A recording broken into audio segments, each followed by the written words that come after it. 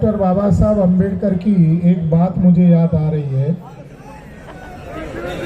जो उन्होंने उत्तर प्रदेश में शेड्यूल कास्ट फेडरेशन के सम्मेलन में अपने कार्यकर्ताओं को संबोधित करते हुए कहा था, वोट के महत्व को लेकर। मगर वहाँ गोविंद वल्लभ पंत जैसा ब्राह्मण भी वहाँ मौजूद था, तो बाबा साहब अम्बेडकर ने बैकवर्ड कास्ट और शेड्यूल कास्ट के लोगों को संबोधित करते हुए कहा कि अगर बैकवर्ड कास्ट के लोग और शेड्यूल कास्ट के लोग अगर साझा मंच बना लेते हैं तो आप उत्तर प्रदेश की मुख्यमंत्री तो क्या, देश के प्रधानमंत्री आप बना सकते हो। फिर ब्राह्मण वर्ग क्या करेगा? तो पंत गोविंद वल्लभ पंत का उदाहरण देकर उन्होंने कहा कि गोविंद वल्लभ पंत और उनके जाति के लोग आप लोगों के जूते के फीती खोलने में गर्व महसूस करेंगे।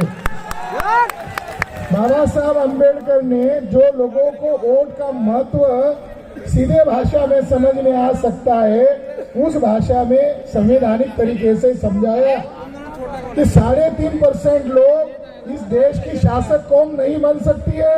संविधान के अनुसार आप लोग इस देश की शासक कौम है, मगर आज ईवीएम के माध्यम से उल्टा हो गया है कि वही लोग, वही विदेशी लोग, वही ब्राह्मण लोग, वही अल्पसंख्यक लोगों ने विधायिका, कार्यपालिका, न्यायपालिका और मीडिया के ऊपर नाजायज कब्जा किया हुआ है।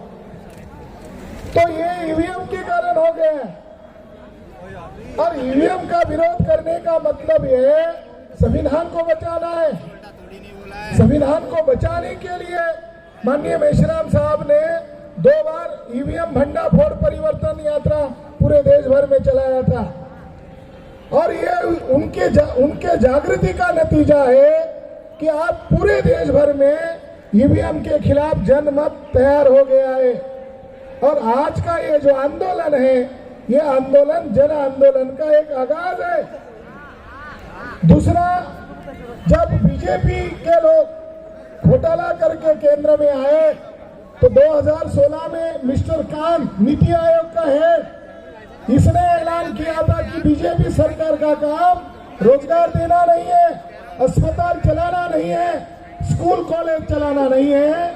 इसका मतलब है ईवीएम के कारण इनके अंदर इतनी मगरूरी पैदा हो गई कि देश को उन्होंने बेच दिया है, सारे सरकारी उद्योग और कंपनियों को बेच दिया है, आपके देश को उन्होंने ईवीएम के बदौलत बेच दिया है। तो ये देश को बचाने की लड़ाई है।